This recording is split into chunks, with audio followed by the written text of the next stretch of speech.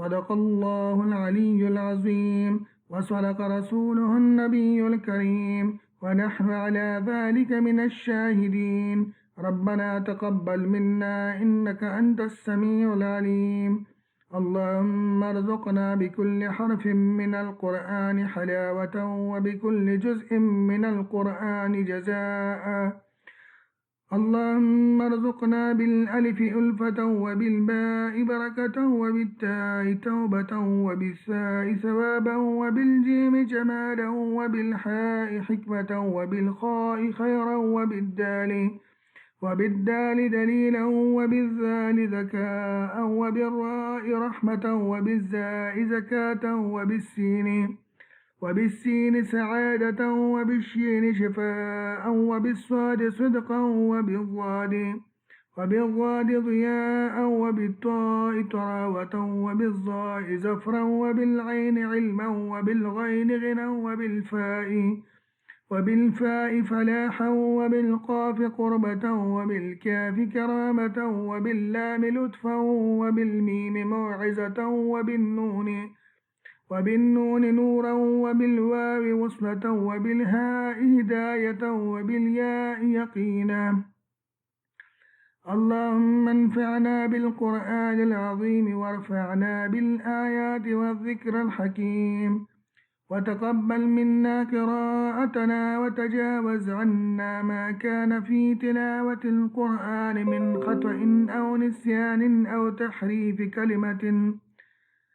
تحريف كلمة عن مواضعها أو تقديم أو تأخير أو زيادة أو نقصان أو تأويل على غير ما أنزلته عليه أو ريب أو شك أو سهو أو سوء إلحان أو تعجيل عند تلاوة القرآن أو كسل أو سرعة أو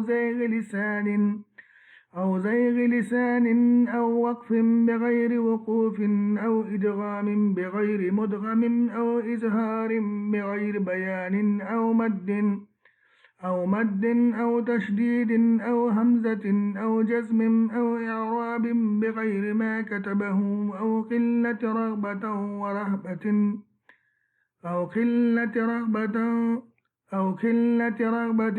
ورهبة عند آيات الرحمة وآيات العذاب فاغفر لنا ربنا واكتبنا مع الشاهدين.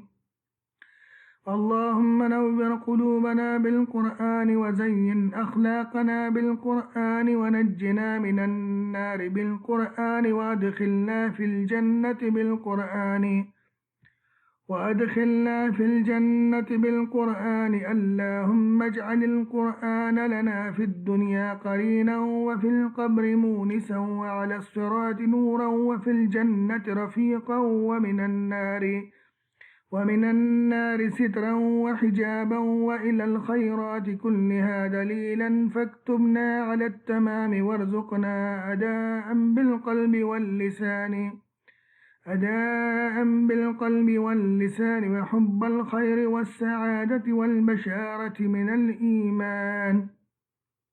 وصلى الله تعالى على خير خلقه محمد وآله وأصحابه وأتباعه أجمعين آمين وسلم تسليما كثيرا أبدا.